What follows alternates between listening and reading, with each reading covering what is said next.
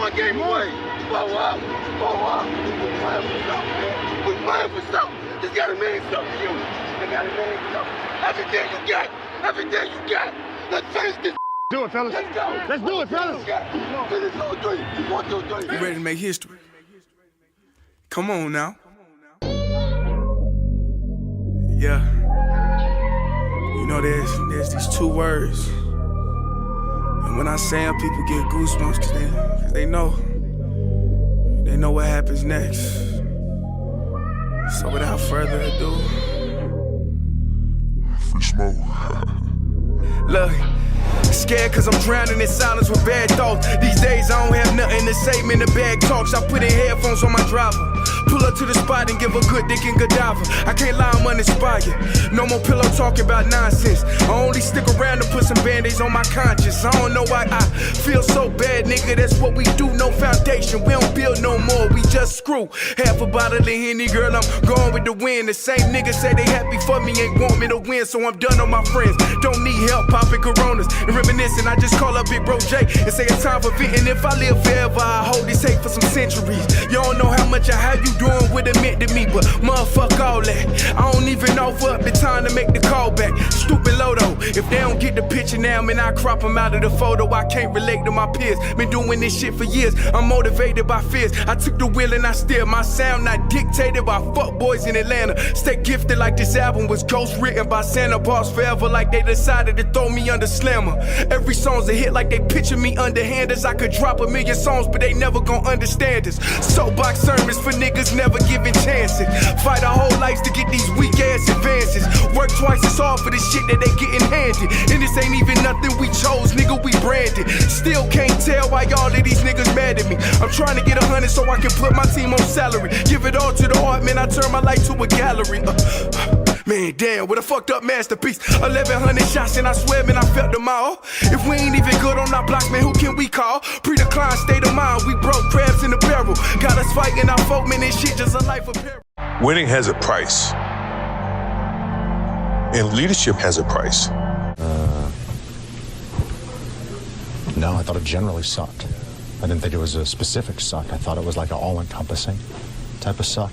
So, we're going to try and rectify that. But for right now, I'm going to be pretty pissed about it. Welcome back to another episode of Kicking It with Saint. We are here. We got a lot to talk about. A lot going on in the basketball world. We got to talk about Caitlyn Clark's second game. We got her home debut in Indy. We got to talk about Angel Reese's debut. Cameron Brink's. It's somebody else I'm forgetting right now. Hold up. Let me think. I'm possibly forgetting somebody, but I can't remember who I'm forgetting at the moment, so fuck it. Anyways, we gonna talk about Caitlyn Clark. We're gonna talk about Nikola Jokic. Well, not necessarily Nikola Jokic. I actually want to talk more about Rudy Gobert. But I want to start the show. Well, I hope everybody having a great day out there, bro. Dope day, dope afternoon, dope night, whichever point in time you're listening to this. I appreciate you for checking me out. I was watching I've been watching analysts and whatnot talk about Rudy Gobert and the performance he had and Nikola Jokic, and I be watching JJ Redick, bro. I don't know why I don't like JJ Redick as much as I don't like JJ Redick, but I do not like JJ Redick, bro. It's not even that I don't like JJ Redick, bro. I just hate that he think he's smarter than everybody else, bro. Like, I don't got no problem with nobody knowing that they smart. They know that they good at breaking down the game, yada, yada, yada. I do not think that's JJ Redick. I think JJ Redick do a lot of talking. Sometimes he sound good, sometimes he don't. And I'm not sitting here telling you that I break down the games better than anybody either. However, I'm also not going around acting as if I'm just so much better than everybody. Like, everything that I say is the gospel and shit like that.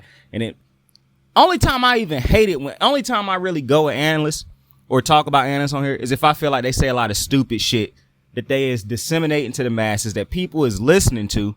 And that's just something that you should not be doing, bro. If you is paid to teach the game, to talk about the game, and you just spewing a whole bunch of nonsense, or you just hella biased, and they let you stay on TV with your biasness, then I gotta say something about that, because that's crazy. However, JJ Redick is an interesting one, bro, because I think JJ Redick do know the game. I like what JJ Redick be talking about. I just think JJ Redick got this smart ass mouth sometimes where he talk crazy to and about, well, not necessarily to, because I rarely see him talk. Like, he'll go at analyst that's on that he feel like he above their level because he played the game. Bro, if LeBron, Paul George, Kobe, Steph, any of the greats went at JJ Redick don't have this type of energy that he got for certain things, bro. Like, JJ Redick could go at Kendrick Perkins because Kendrick Perkins and JJ Redick the same human being to me. Their accomplishments in the NBA was basically the same things to me. However, I know it's a lot of people who think JJ Redick is better than Kendrick Perkins. For me, why would that ever matter? It ain't like JJ Redick bro, him and Kendrick Perkins being better than each other, not better than each other. Who gives a fuck? The shit that come out of both of their mouth, ridiculous, bro. Absolutely ridiculous. Now, I'm not telling you that everything that come out of their mouth be complete ridiculousness, but 99.9% of the things that come out of their mouth, maybe less, but they say a lot of crazy shit. A lot of wild shit, bro. A lot of wild shit. Anyways, I was seeing JJ Redick, and I done seen a lot of analysts or a lot of talking heads talk about this Rudy Gobert situation and whatnot. And, of course, JJ Redick, he speak from the perspective of, bro, I played the game. Y'all don't know what y'all talking about. Y'all just talking, bro. Y'all just want to go at Rudy, yada, yada, yada. Like, bro, shut the fuck up, bro. I really wish it was somebody, bro. I really hate that Draymond Green and JJ Redick is boys. I don't hate it, but I wish that they had some type of animosity as far as this. It's not even that I wish they was beefing, bro. I just wish somebody would check JJ Redick, bro.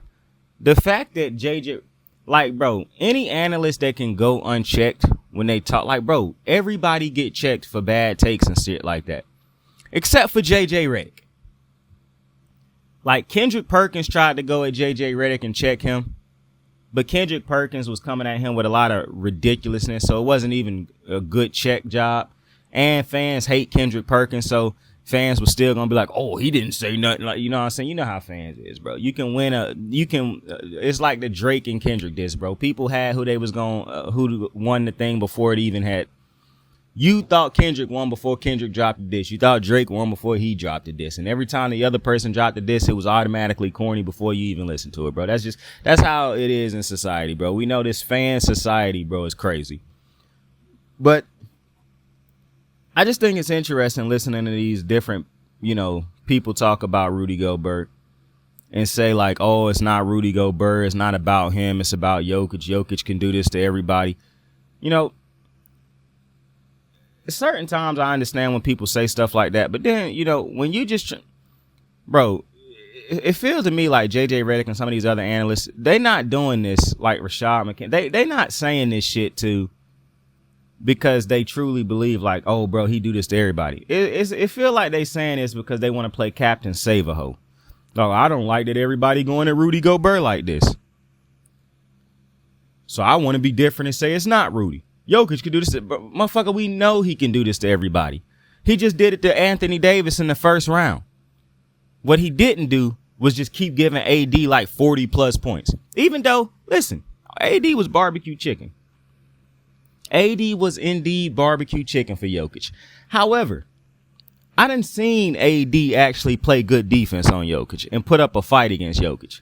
Man, if you could show me the tape of Rudy Gobert, making a difference on Jokic, I would love to see it. The thing that I feel like JJ Redick and all these other talking heads is trying to defend Rudy Gobert are forgetting is, for one, I understand that JJ and some of these dudes want to make this point because we played in the NBA. Y'all just talking. Y'all never played the game, so we know more than y'all. So it's not Rudy. It's just Jokic.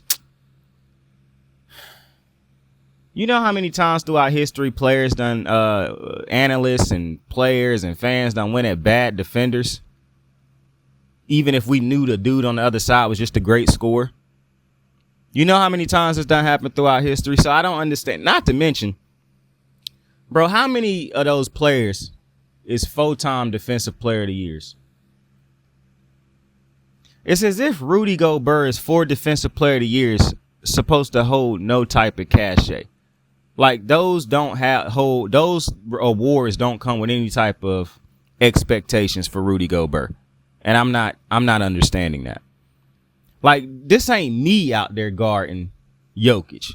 You expect Jokic to give me 50 plus. A dude who done won 4 Defensive Player of the Years, you do not expect to continuously give up that type of production to an offensive player. I don't care how good he is. When you the Defensive Player of the Year 4 times over, it's an expectation there that you can stop the other team's best player, make it tougher for him. Rudy doesn't even make it tough for Jokic. Now, before everybody want to start doing Jokic do this to this person and Jokic do that to this person, but we talking about Rudy Gobert. We not talking about all these other defenders. And like I said before, of all those people that people keep saying Rudy will do, Jokic will do this to, which one of them has 4 Defensive Player of the Year awards at their crib right now? Only one, and that's Rudy Gobert. See, my complaint is not necessarily, Rudy Gobert let Jokic light him up. I could care less. My problem is nobody fears Rudy Gobert as a defender on the court, and I don't think you should be winning Defensive Player of the Years when that's the case. People go at Rudy Gobert. I've been saying this for like 2 years. Go look at the film, bro. They attack Rudy Gobert. They switch on Rudy Gobert. It is not a team in the NBA that is afraid to go at Rudy Gobert. I done seen teams go at him when he's sitting in the paint. The only time Rudy Gobert is an effective defender is when he coming off your blind side or your weak side, when you don't see the block coming, and he come out of nowhere and block the shot because he's standing around the rim most of the time. That's when he become an elite defender for you. Aside from that, and this is my problem with the Defensive Player of the Year continuously being given to Rudy Gobert, because it's so much to go into being a great defender. And I understand Rudy give effort, and I understand Rudy block shots, even though he did not block more shots than Victor Wembanyama this year. My problem is, I said it before, a mobile and a stationary defender. Rudy Gobert is a stationary defender. You put him in the weak side to block shots from from offensive players who don't see him right there or who don't see it coming. You do not have Rudy Gobert. You do not put him on the best player on the opposing team if it's a guard. You really don't want to put him one-on-one with a big man. Now, his pride might tell you, no, I can handle it. But we see what dudes do to Rudy Gobert, which is another problem I have. Rudy Gobert is not a one-on-one defender. Now, I know it's going to be people who say, well, nobody in the NBA can defend dudes one-on-one, yada, yada, yada. That's just simply not true. I mean, we've seen Draymond Green be a great one-on-one defender. We've seen Dwight Howard. We've seen Kawhi Leonard. We've seen Kobe Bryant. We've seen, what's my man's name? Dwayne Wade. We've seen Kobe. We've seen Bron. We've seen Ron Artest. We done seen so many players be great defenders, bro, that to me personally, I think it's crazy that a dude who is not a all-around defender continues to win Defensive Player of the Year over guys who are far and away better defenders. Far and away better defenders at multiple, like, bro, it's like when we talk about offense, right? And you say this player got a bag. It's defenders with a bag. Draymond got a bag. Kawhi in his prime had a bag. PG had a bag. On defense, they knew how to defend different positions. Rudy Gobert is not that. Rudy Gobert is the same type of defender. You can only employ him one type of way. And the fact that the voters done got so lazy to get this dude Defensive Player of the Year 4 times because they didn't feel like going into the numbers or watching the film. And see, that's one of my biggest problems with the NBA. You can't convince me that these voters is watching all of the games, because if they are and they keep giving Rudy Gobert Defensive Player of the Year, then that's just telling me the people who voting for these awards don't understand the true value in these awards, the legacy that this creates giving out these awards, and also the meaning of these awards. Because your Defensive Player of the Year is not supposed to be a dude who cannot defend 1 through 5, or at least 4 of those people, or cannot be moved around defensively. And for the biggest problem that I have with Rudy continuously winning Defensive Player of the Year, name a Defensive Player of the Year that was ISO'd out all the time, that people looked for that matchup, where people tried to get him switched on to different players. Because I was looking at Jeff Teague say this, even though I didn't really need Jeff Teague to say it. I done said something like this before, but I'm glad that an NBA player said it. When they played against Draymond or Dwight in their primes, when they was Defensive Player of the Years, they was not trying to go at those dudes. They did everything they could to draw plays away from those two. People is going right at Rudy Gobert, bro. Right at him. Rudy Gobert does not do what Dennis Rodman was doing to teams, what other legendary defenders we done seen do to a team. That's not Rudy Gobert. Teams is not game planning around Rudy Gobert messing up a game defensively. That's just not happening. And so when you see a guy win this many Defensive Player of the Years, when you have defensive players in the league who are far better defenders in a multitude of different ways, it's crazy to me. Like, people like JJ Redick and them can continuously try to defend Rudy. Rudy is the problem. My problem is that the conversation changed to Rudy not the problem, Jokic just like that. When in actuality, we already know Jokic is like that. Jokic should be the one excluded. The problem is indeed Rudy Gobert and winning these awards that he should not be winning. I'm getting sick and tired of people getting on Twitter talking about y'all can hate on Rudy Gobert all you want to. He a 4-time Defensive Player of the Year and he headed to the Hall of Fame. But he should not be. You can tell the story of the NBA without telling the story of Rudy Gobert, and I have a problem with the fact that he won 4 of them things. Because even with him winning it, I believe you'll go back in history. Well, I watch these games, so I'll go back and tell my kids and people like, yeah, Rudy Gobert won 4 of them things, but he should not have. You had to be there to understand it. Because all we'll know is Rudy. Now, I don't really hear people bring up all the defensive players of the years that people don't won.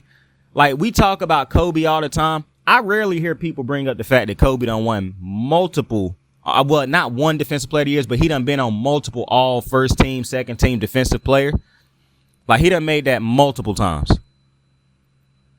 Nobody really talks about how great defenders guys were unless that was just all they did. If you're a great scorer, they usually talk about that first. Rudy Gobert is not a scorer at all. So obviously people talk about his defense. And I'm not here telling you Rudy Gobert is a bad defender. For one, another problem, this is not even for one, because I done made multiple points. Rudy Gobert is a liability in the fourth quarter on most in most situations. Rudy Gobert is not a guy you want on the floor in the fourth quarter. Because you know he can't shoot or score. He's not a reliable free throw shooter. And you don't want him trying to defend 3-point shooters. Because 3-point shooters light his ass up every time he try to step out. So you got a dude who is god awful when you take him out of the paint defensively, but can also be a liability in the paint when dudes legitimately go straight at him. Because his success defensively is when people are not going at him and not paying him any attention. He can just come in from the weak side and get a block. But when Jokic look him dead in his fucking eyes and say, I'm going at you today. AD look him dead in his eyes and say, I'm going at you today. MB look him dead in his eyes and say, I'm going at you today. Steph Curry, LeBron James, Paul George, name anybody. When they look Rudy right in the eyes and say, I'm going right at your big ass, it's a bucket. Damn near every time. But for some reason, he keep winning Defensive Player of the Years.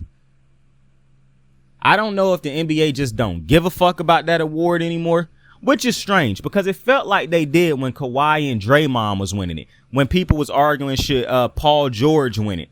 It felt like people started to care about the award again. And I know people got irritated with it a while back when LeBron should have won it. And instead they gave it to Marc Gasol, who didn't even make an all-defensive team that year. I get it.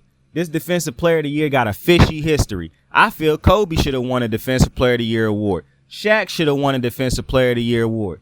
It's a lot of dudes who are great defenders in a multitude of different ways that make a defender great. Draymond Green don't got enough defensive player of the year trophies. Rudy Gobert got 4 of them bitches. And Rudy at his absolute best defensively has never been better than Draymond at his absolute best defensively. So I'm not going to lie. It is a very strange award to me to continuously give to Rudy Gobert. But I want to talk about Caitlyn Clark.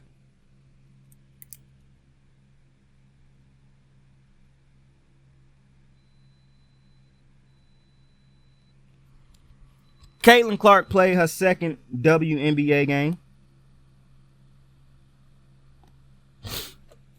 And she struggled. Listen, she did have, like, I think it was 7 assists or 6 rebounds, 7 assists or 7 rebounds, 6 assists. But she only finished with 7 points, it was, I believe. Single digits in the point. Struggled shooting again from the three-point night, 1 for 7 from downtown. The scoring will come for Caitlyn. I'm not necessarily, well, actually, that I am. Okay, so this is what I want to talk about when it comes to Caitlyn Clark.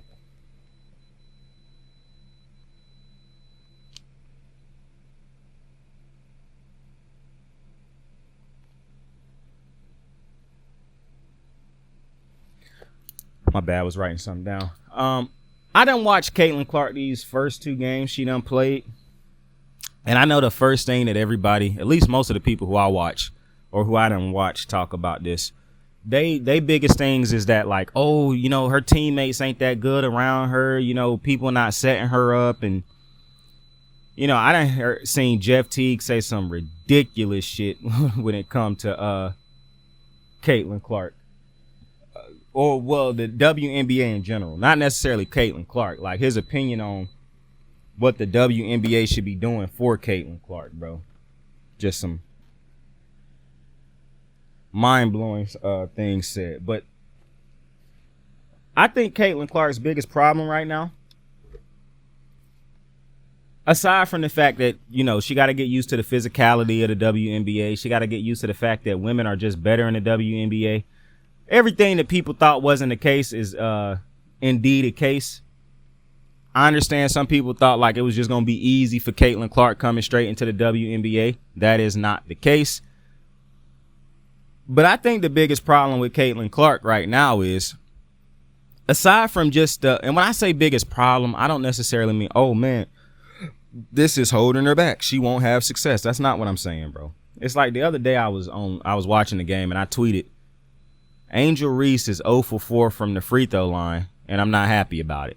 And somebody tweeted me and was like, bro, it's not like she missing them. She like they going in and back out. She'll be fine. And I had such a dumbfounded look on my face because I'm like, bro, it's no way that I could say something that's factually correct and you still took that as me taking a shot at Angel Reese. Ignore the fact that motherfuckers like this just operate off of one tweet. Like, I'm a huge Angel Reese fan. Huge Angel Reese fan. I didn't know that tweet sounded like I was taking a shot at Angel Reese. Because I wasn't. But this dude took that tweet and got ultra offended. Now, that to me is being soft. All I tweeted was, Angel Reese 0 for 4 from the free throw line. Not happy about it. Not to mention, I tweeted him back, it's still a miss. Whether it's going in and out or just missed the rim completely, they missed free throws. Do you know how crazy it is to try to argue with somebody about a missed free throw? Like, I say she 0 for 4 and you say, well, it ain't like she done missed them. She just, like, what? Bro, a miss is a miss, bro. How the fuck is you arguing about how she missed the free throw? She missed the free throw. Not to mention, I wasn't trying to make it a big deal. Angel Reese do got to work on them free throws. She was 2 for 8 from the free throw line. She left 6 points on the floor. But that wasn't me killing Angel Reese. That's me saying I need her to hit the free throws. And you got so hypersensitive about it. That was a crazy tweet. But anyways, to me, when I look at Angel, so I looked at Angel Reese's debut. I watched Cameron Brink debut. I watched obviously Angel Reese. Caitlyn Clark. To me, the biggest difference that I see right now, and it's been one game for Cam and Angel, and it's been two for. Hold up, bro.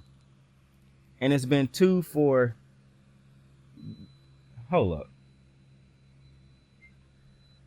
Is this Xbox pissing me off? It's making like a whistling noise, bro. That shit. I'm about to change that shit tonight when I get to the crib. I'm about to switch out Xboxes. This shit pissing me off. Nonetheless, though, that shit threw me all the way off, bro. Like listening to that fucking whistling noise, bro. Like Jesus Christ, that literally pissed me off as I was listening to it. Nonetheless, moving on from that. When I look at Caitlyn Clark right now,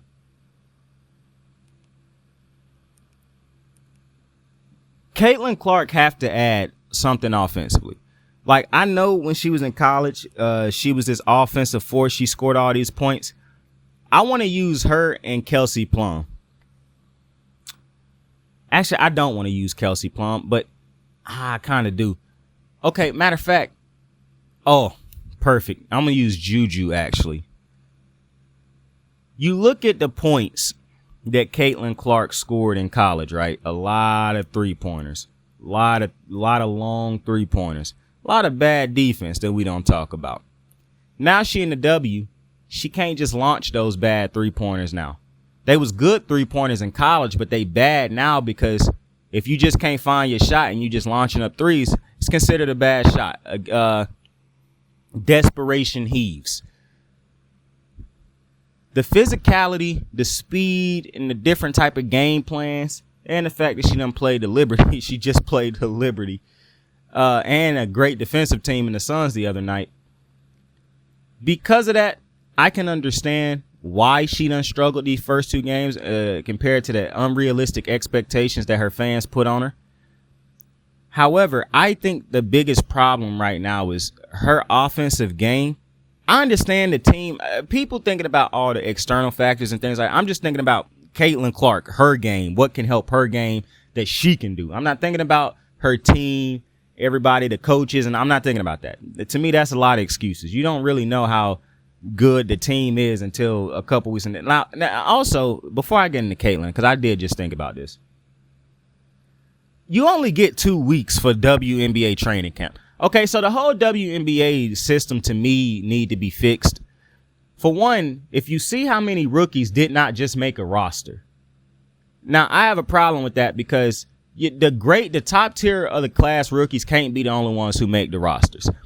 WNBA have small rosters anyways. There's already not enough teams in the WNBA. We do got 2 expansion teams coming with the Golden State Valkyries, or is it called the Bay Area Valkyries, which was fire. Like, I like the colorway, I like the logo, I like the area, I like everything about that. And now I'm hoping that Cameron Brink is drafted there. But one of these expansion teams got to make sure they get Juju Watkins when she come out. And Haley Van Leaf going to be a problem too. I don't know why people hating on her. Haley Van Leaf is going to be a good player. And there's other women who coming up in college right now who are going to be great for the WNBA. But the WNBA got to flip their whole little process around. And I know that's going to come with growth. See, a lot of people thinking about the stuff that Caitlyn Clark can do for the WNBA. While I said it can't not just be Caitlyn Clark, people thinking about the charter flights and whatnot. I saw somebody the other day say, of course, they don't want this popular white girl driving around on bad flights. Of course, they're going to get her charter flights. That shit was hilarious. But more than just flights got to change in the WNBA. This many rookies cannot be missing rosters, bro. It just can't happen. To me, the WNBA is the training camp's not long enough. From your transition from college to the W is not solid enough to get you prepared for that. Like, I don't think the WNBA's landscape right now is set up for rookies to come in and immediately be successful unless you already got the build, you already got the move set, you already got the skill set, and yada, yada, yada.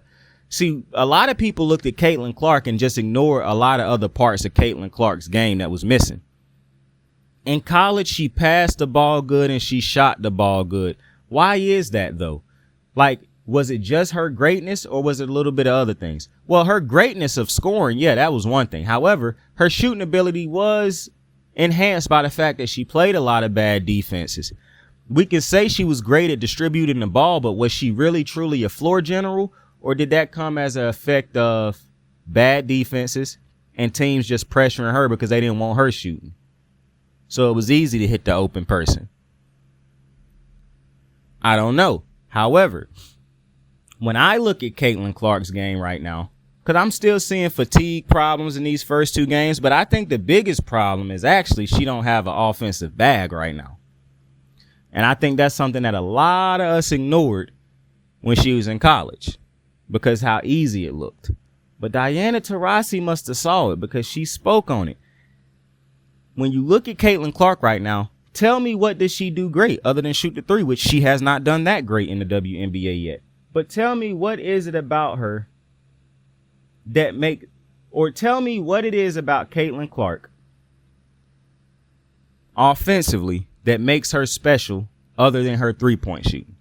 You don't really talk about how great a pull-up shooter she is, how great she is at getting to the rim and finishing, her dribble arsenal, her ability. We just talk about how great she is at shooting the three from range. She gonna have to enhance her bag of weapons if she's going to have an easier time scoring right now. Because right now, teams is just putting pressure on her and making it and forcing her to not take either to take a bad three or to give it up. That's the game plan right now. Pressure her to make her give it up or make her take a bad three-pointer. Those are the only two options because she don't have an evolved offensive scoring game that can get her easier buckets. And to me, that's the problem right now. I know a lot of people look at her teammates and say, oh, they're not playing good. They're not doing this and that. Caitlyn Clark is not actually making it easier for her teammates either right now. I mean, you can argue they're not making it easier for her, but she definitely not making it easier for them right now. I mean, that's just the God's honest truth. If Caitlyn Clark wants to, and I think Caitlyn will be fine. I'm not worried about her, but I am worried that she. So one of the things that I saw from Angel Reese and Cam, they work real hard because they specifically go look at Angel Reese's tape from her game against her first game against I think they played the Lynx. I could be wrong though, but regardless, go watch the first game for the Sky. Rough shooting night for a lot of the players. They was winning the game for most of the game until the fourth quarter. Bro, Dallas is so irritating, bro, because Satu didn't play fine ass, but Enrique struggled in the beginning of the game. Then she just started lighting our asses up at the end. Maddie Siegrist was some of the most irritatingly clutch threes. It was just so irritating, but nonetheless, McCowan was irritating, bro. Like, I was so irritated by how clutch the Dallas was hitting shots, but especially Enrique. But Angel Reese does not have a post move yet. She don't have a post move. She don't really have a post game, but she can get her buckets, but she can score off of hard work, off of working harder than everybody around her. She don't cheat you in hustle. She don't cheat you in, you know what I'm saying? Like, if I'm matching up some of the rookies that came into the game, Carmilla Cardosa and Angel Reese don't necessarily have post moves yet. If you give Angel Reese about a year or two to develop that, she's going to be a problem. How do you know that? Because if you look at her in her first game and how she did not have her shot. See, the best thing that could have happened for Angel Reese was that first game. Because her shots wasn't falling, her free throws wasn't falling, and she still played her ass off. She still chased rebounds. She still played defense. She still ran the floor. She still hustled for plays. She didn't cheat you in effort. She played until the whistle stopped, until it was 0-0 on the clock. You can make an argument. Caitlyn Clark complained a lot. She got down on herself. Head was low for a lot of the game. wasn't engaged. You can make a lot of different things. Well, where Caitlyn couldn't rely on her shooting, she became a completely different player. But Angel Reese isn't reliant on her scoring ability. So she didn't drop her head and sulk and, her whole personality changed for the game. I think that right now is the difference between Angel, Cam. And also, while I hold Cam and Angel Reese in high regards, a lot of the NBA world or the basketball world don't have the expectations on Cameron Brink and Camilla Cardoso and Angel Reese that they have for Caitlyn Clark, which, whatever. I have high expectations for all of these women, but a lot of people don't have expectations for any of them except for Caitlyn Clark. So Caitlyn Clark is trying to live up to this media spotlight, these media expectations.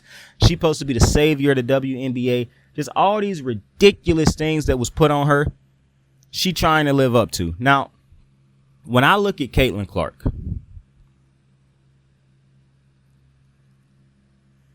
no, it does not help the team around her. I don't think she got the greatest team in the world. However, I do still think that a lot of this is hurt. Could you imagine if they had like a month or 2 months to train with each other during the offseason, the team like the Fever, to play together, to develop how they're going to attack teams, yada, yada, yada. Because a lot of the teams that you see that's smooth already was together. Like they already played together. Like the Sparks the other night, Kia Nurse is a new player for the Sparks. Like she wasn't with us last year. She is this year. She had a good offensive game. But it was parts in the game where you could see we didn't look as great because we don't have that much time to train together. Like Cameron Brink should definitely be getting more 3-point opportunities. She should definitely be getting more opportunities to score. To me, obviously Lexi is gonna get her shots and yada, yada, yada. But the game plan, imagine how some of these teams would look if they had a month, 2 months to gel, to have a training camp together, to build together, to understand where this person want to get their shots at, where they want to score at, where they want to be at when they catch the ball. If you had more of that, I think the WNBA would be even better. But because you have such a short amount of time to acclimate yourself with your team, and then you might get cut before the season roll around, the WNBA got a lot more problems to worry about to fix their league than just Caitlyn Clark coming in and not living up to Jordan expectations. So I just want to throw that out there first. But when I look at Caitlyn Clark, to me right now, the thing that would immediately help her game is if she evolve her offensive package. Because right now, everybody know what she want to do is shoot the three. Everybody know all she want to do is launch threes. That cannot be her only offensive game plan. I know some people be like, well, she got to lose. She got to gain some weight. She not physically good enough for these women yet. Yada, yada, yada. That's stuff that come down the line. Like, you don't expect a rookie to come in and physically be able to compete against some of the people in the league. You expect them to take a year or two to get their body to where it need to be to compete against these adults. Excuse me. But some of the things that I think Caitlyn Clark can do right now, hustle more. Stop holding your head and complaining to the refs. Like, bro, just go out there and ball.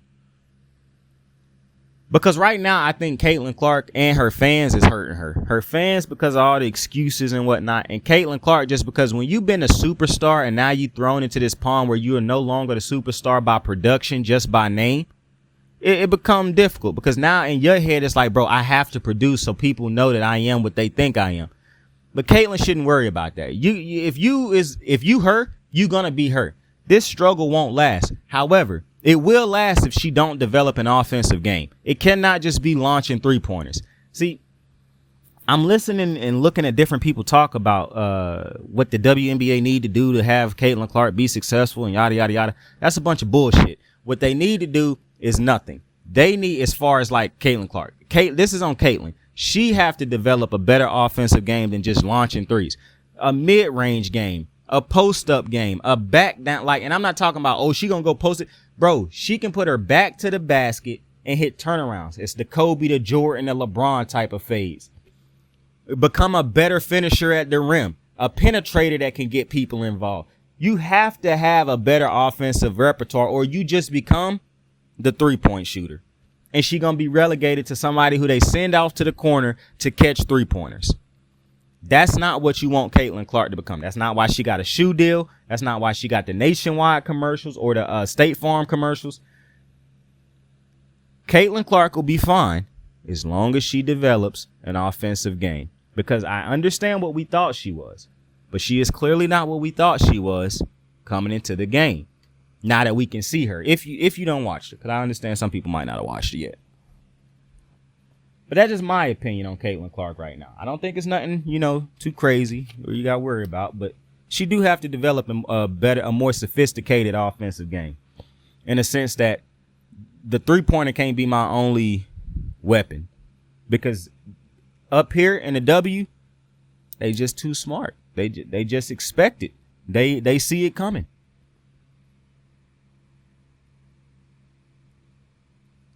Now let's talk about Angel Reese.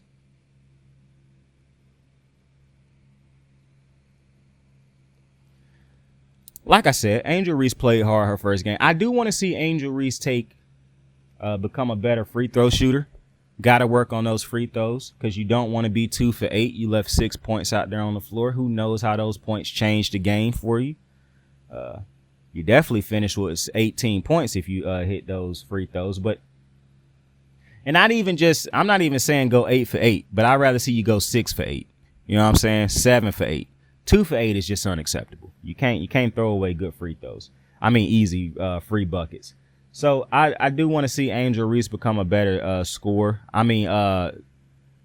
Free throw shooter. My biggest thing for Angel Reese, though, because I love how hard she play. I absolutely love because the fact that you don't have to tell her to go play hard, you are already winning right now.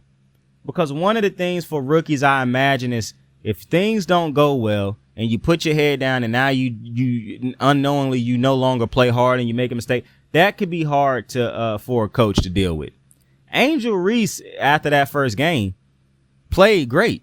Like, not as far, obviously she could have been better scoring wise from the free throw line, but all the little areas that you want her to rebounding, defense, effort, like she gave you all of that. My biggest thing for Angel Reese that I want to see her do for her next game that to me would take her over the top. Well, it's not going to be in the next game. Just like the offensive bag for Caitlyn Clark ain't going to come in just one game. But expanding her offensive game is going to help Caitlyn Clark in the long run. Angel Reese got to develop a post game. When I say post game, she got to develop post moves. Because she already played from the post, but you can see a lot of her layups really weren't good attempts. Like, it looked like she was just throwing them up there at the basket. Now, I do believe she got fouled a lot in that first game. I don't understand what it is with these referees in the W. They do not call fouls the way they should call fouls, which is crazy because you look at the Knicks and the Pacers game 5, or was it game 6? I think it was game 5 where Jalen Brunson just went crazy. The first 2 quarters, the way they stopped that game for calls is crazy. Like, bro, Scott Foster is undefeated, bro. He is undefeated when it comes to, boy, I'm telling you. Anyways, if Angel Reese, to me at times in her first game, she was playing a little too fast when she was trying to score her buckets. Instead of being patient and trying to get the bucket, like going through her motion to get her points, she would rush her shot a little bit. To me, she gonna have to take the approach that A'ja Wilson took. A'ja Wilson have a great post game. She can hit the mid-range game, and she can hit a 3 or 2 every now and then. That's, to me, the game plan that Angel Reese is going to have to take. Now, A'ja and Candace are bigger than Angel Reese. So Angel is still going to have to grow into her WNBA body. After she get to that point, Angel is going to have to become a dominant. And now I believe Cardoso and Angel Reese are going to help each other out tremendously. That's another thing I realize in this game. They definitely need Camila Cardoso. Cardoso and Angel Reese, and that's another thing. Imagine if they had a whole bunch of time to train together in the offseason to get this team right. Could you imagine? And if Cardoso was healthy, I know they battling against it right now because Cardoso not healthy, but when you look at the different type of, when you look at how great that duo could be, bro, if they had time together and they both developed inside post moves, because that's really all that was missing from Angel Reese in that first game. Instead of having to just throw up shots hoping they go in, if she had a post move where she could rely on, if I take 5 shots from this post position, I'm making at least 4 of them. Don't matter who on me. If she can develop a runner in the post, like, to me, Angel Reese's game is going to be in the post and in the mid-range area. She become great at that. It's going to be hard to stop Angel Reese, bro, because she already play hard. She is going to get the calls eventually because she not getting calls. They fouled her a couple times, and she did not get the calls in that first game. She could have went to the free throw line and took about 15, 16 free throw attempts, and I wouldn't have no problem with that because she was getting fouled. I guess it was the ref saying, you a rookie, we not finna give you all these calls, but that's ridiculous when you see how blatant some of the fouls were. Now, that's one thing I don't like. When an opposing team know that a ref is clearly not giving away calls to a rookie because they know they making them earn their stripes, then you get bad fouls that's not called that ultimately affect the game, because Chicago is like, we don't give a fuck if she a rookie, bro. Call her fouls for her, because that you not calling fouls for her is affecting us as a team. So I get that completely. But I'm not thinking about the outcome of the game because all of the rookies lost in their first games. I'm not thinking about the outcome as much as the production from Angel Reese and what can make Angel Reese better. And Angel Reese right now, and I like the Chicago Sky. I think they got a good point guard in Marbury. I'm not worried about the Sky. Just like I'm not worried about Caitlyn Clark, even though I don't think the fever is, I'll get to it in a minute. To me, when you look at Angel Reese, that post game, that mid range area, that's where she become a legend. She mastered that. I don't even think if I'm in the WNBA, I don't even want Angel Reese having to take threes right now, because that's not the WNBA game. It's not just launching threes in the WNBA. That might be the NBA, but that's not the complete WNBA game. So if Asia Wilson is the best player in the WNBA, Breanna Stewart just won an MVP. These are two women who do not just launch threes. They dominate from the post. Angel Reese can be an MVP in the WNBA. All she got to do is develop that post game, get post moves. Like, she become more pristine from the post, develop a mid-range, reliable mid-range jump shot. Angel Reese going to be a problem because she work hard, she play hard, she hustle, she play defense, she rebound the ball. She hustle on the offense and defensive side of the ball. She play where she's supposed to be at. Like, she in the spots you want her at.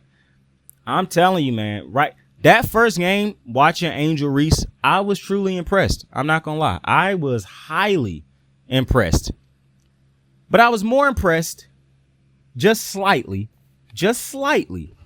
And don't call me biased, because I am a Sparks fan.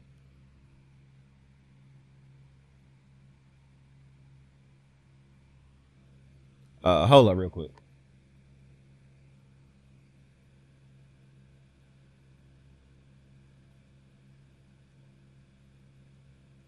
I am a Sparks fan, so I understand if you think I'm being biased right now, but I think the better, I don't know if it was the best, but her and Angel Reese definitely impressed me the most, and that's Cameron Brink's with her first game. I actually think Angel Reese might give Angel Reese the slight edge. But the reason I was so impressed with the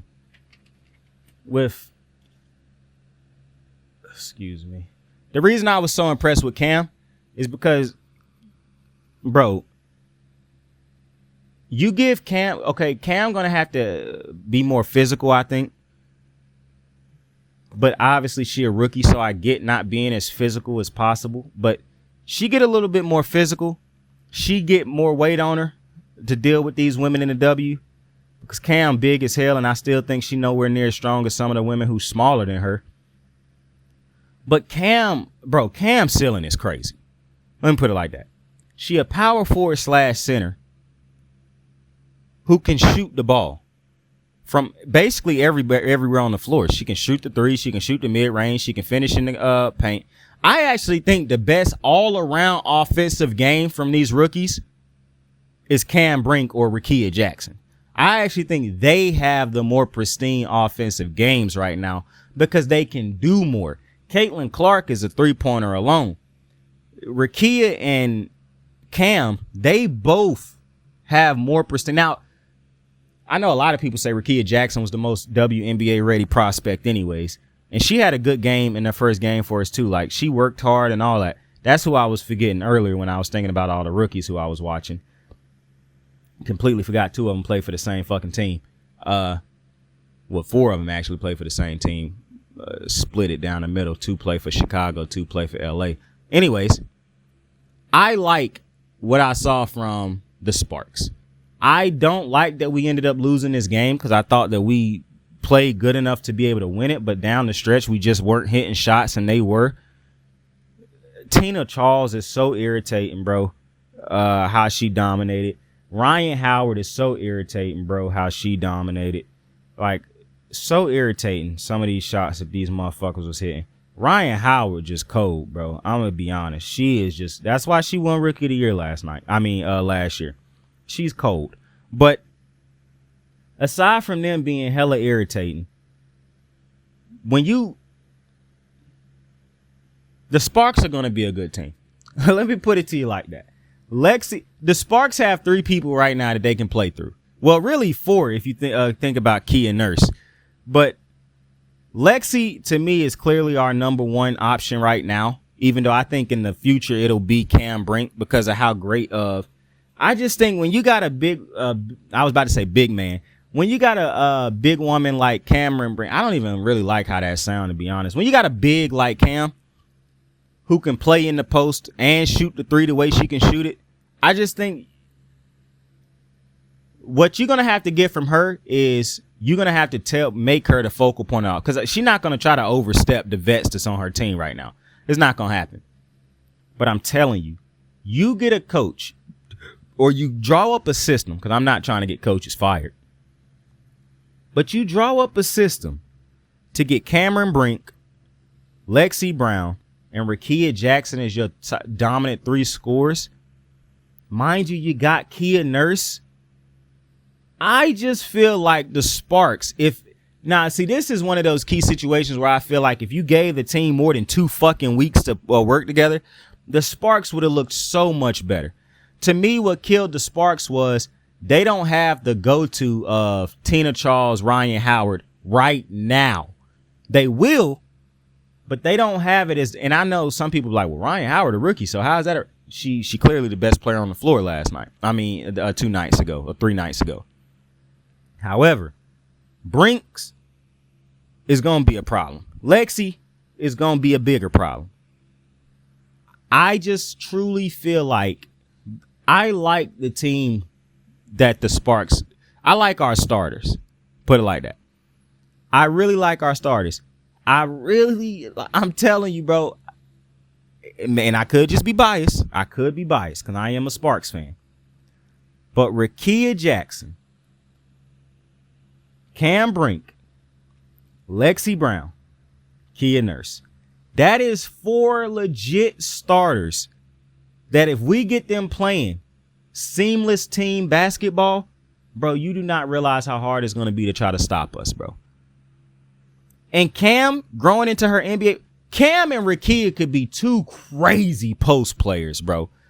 You know what I just said about so the counter to what you want Cardosa and Angel Reese to be, just dominating down low. That could also be the LA bigs. However, the LA bigs have a even higher offensive ceiling than Angel Reese and Cardosa because both of them can shoot. So, listen, I understand I'm a Sparks fan. So everything I'm saying right now could just be, man, saying you gassing it, bro. You gassing it. Possibly. I just really like what I saw from the Sparks night 1. Yes, we lost. Because we didn't close the game out as good. And that's the thing that'll always hurt a young team is when you can't close a team out. Or that's what hurts you when the opposing team have a star on their team. Because Ryan Howard is a superstar and Tina, come on, bro. Y'all know about Tina. But, they got us. They got us. I love to see Ryan Howard in a Sparks uni, but, they got us. It's all right. I like Atlanta's jerseys. Atlanta's jerseys kind of hard. I really like Atlanta's logos, to be honest. The WNBA logos. I like the Atlanta logos. You want to know who logo and I hate, even though it make perfect sense why it's called that, why it's logo? The New York Liberty. I absolutely hate the name and the logo. I just feel like, bro, why? But it makes sense altogether. But I just hate it. I don't even know what a fucking Knickerbocker is. But I like the New York Knickerbockers. Except for when people be like the Niggerbockers. When people want to be funny and racist. But the New York Knickerbockers, I don't know what the fuck a Knickerbocker is, but I like the name. But you tell me it's got some type of racial connotation, then I won't like the name no more. But for right now, until I hear that it do, the New York Knicks / New York Knickerbockers, that's kind of hard to me. I don't know why. But my Sparks is on the move, baby. We only going up. It's only up from here. Now, on the next episode, we will officially start talking about more NBA playoffs. Yes, I know some people only want to hear about the playoffs. They have no interest in the W. That is all right. I appreciate you for joining me on this episode. With that being said, I appreciate you for joining me on another episode of Kicking It With Saint. Tell somebody you fuck with them. Tell somebody you love them. I enjoy the WNBA. You keep rocking with me, you might enjoy it too, You never know.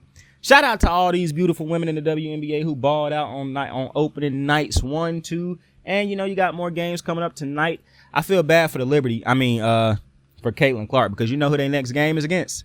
The Liberty again. So that's a tough one. But shout out to Angel, Reese, Cam, Brink, Rakia Jackson, Caitlyn Clark. I gotta go watch the link so I can watch Alyssa Peely play, because I missed her game the other night. Oh, I don't even know if she done played yet, actually. I gotta watch her play tonight. I think she played tonight. So either way, I appreciate y'all for joining me on another episode of Kicking It With Saint. Tell somebody you fuck with them. Tell somebody you love them. You can be anything in the world. Choose to be kind to somebody today. Like, subscribe, share. I appreciate you for joining me. Much love. Saint out. Poor tackling. What happened between you and Talib on the field early in the game? I don't know. You gonna ask him, because he done finished the game. Ice up, son. Ice up. I got the moves like hot sauce. Lil' mama taking the top off. I'm laying down getting topped off. After this, she know she getting knocked off. I know she loving the money, so I keep on thumbing and thumbing. She say she horny when she taking shots, so I keep them coming and coming. Now I'm putting dick in her tummy. Scoop her up like I'm raking her something. You would think shawty red track, the way that she running and running. You getting dumber and dumber. You out here chasing the bone. After she finished from giving me dome, the Uber is taking her home. Tight.